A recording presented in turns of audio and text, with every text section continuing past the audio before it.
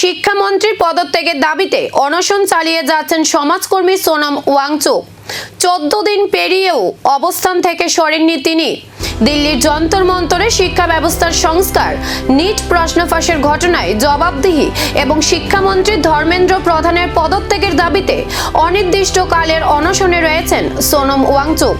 দীর্ঘ অনশনের জেরে শারীরিকভাবে দুর্বল হলেও তিনি জানান, মানসিকভাবে তিনি এখনো দৃঢ়। সোশ্যাল মিডিয়ায় অনেকেই তাকে আধুনিক গান্ধী বলে উল্লেখ করলেও সেই পরিচয় প্রত্যাখ্যান করে সোনম বলেন, তিনি নিজেকে একজন সাধারণ নাগরিক হিসেবেই দেখেন এবং সকলকে নিজের দায়িত্ব পালনের আহ্বান জানান। আন্দোলনকারীদের দাবি, শিক্ষা ব্যবস্থায় স্বচ্ছতা নিশ্চিত করা, পরীক্ষায় দুর্নীতি রোধে কার্যকর পদক্ষেপ নেওয়া এবং নিট প্রশ্ন ফাঁসের ঘটনায় ক্ষতিগ্রস্ত পরিবারগুলোর জন্য উপযুক্ত সহায়তা ঘোষণা করা হোক। কেন্দ্র কি আলোচনায় বসবে নাকি আরো তীব্র হবে এই আন্দোলন, সেই দিকে এখন নজর দেশ জুড়ে।